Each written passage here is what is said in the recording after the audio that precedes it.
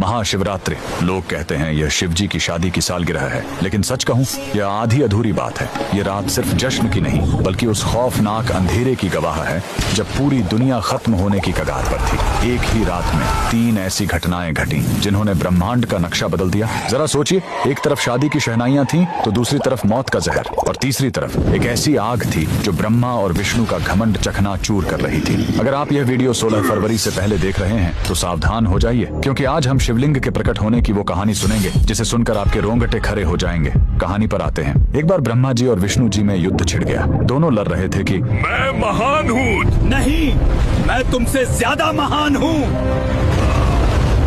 उनका यह घमंड जब दुनिया का संतुलन बिगाड़ने लगा, तब अचानक उनके बीच एक विशाल अनंत अग्नि स्तंभ प्रकट हुआ। वह आग का एक ऐसा खंभा था जिसका न कोई शुरुआत था न अंत। उस स्तंभ से एक भारी आवाज आई, जो मेरे आखिरी सिरे को खोज लेगा वही महान होगा।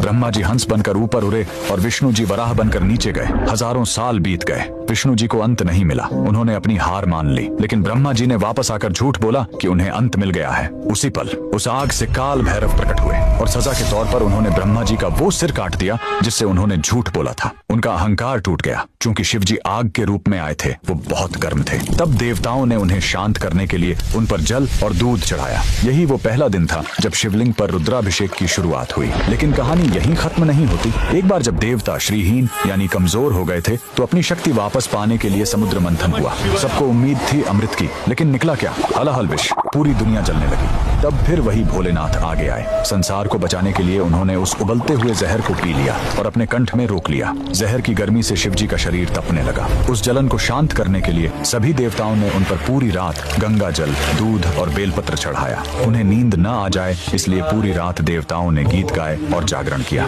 यही वजह है कि महाशिवरात्रि पर हम पूरी रात जागते हैं। लेकिन रुको, यह रात इतनी डरावनी भी नहीं है। इसी रात प्रेम की जीत भी हुई थी। जब माता सती ने अपने प्राण त्यागे थे तो शिव जी पूरी तरह टूट गए थे। वो वैरागी बन गए, दुनिया छोड़कर समाधि में चले गए। तब माता सती ने पार्वती के रूप में जन्म लिया। उन्होंने हजारों साल तक कठोर तपस्या की, सिर्फ अपने शिव को वापस पाने के लिए। आखिरकार भोलेनाथ पिघले। इसी महाशिवरात्रि की रात वो वैरागी फिर से दूल्हा बना और शिव शक्ति का मिलन हुआ। तो इस 16 फरवरी जब आप शिवलिंग पर लोटा भर जल चढ़ाएं तो याद रखिएगा, आप उस आग को शांत कर रहे हैं और उस जहर के दर्द को कम कर रहे हैं। कमेंट में लिखें हर हर महादेव।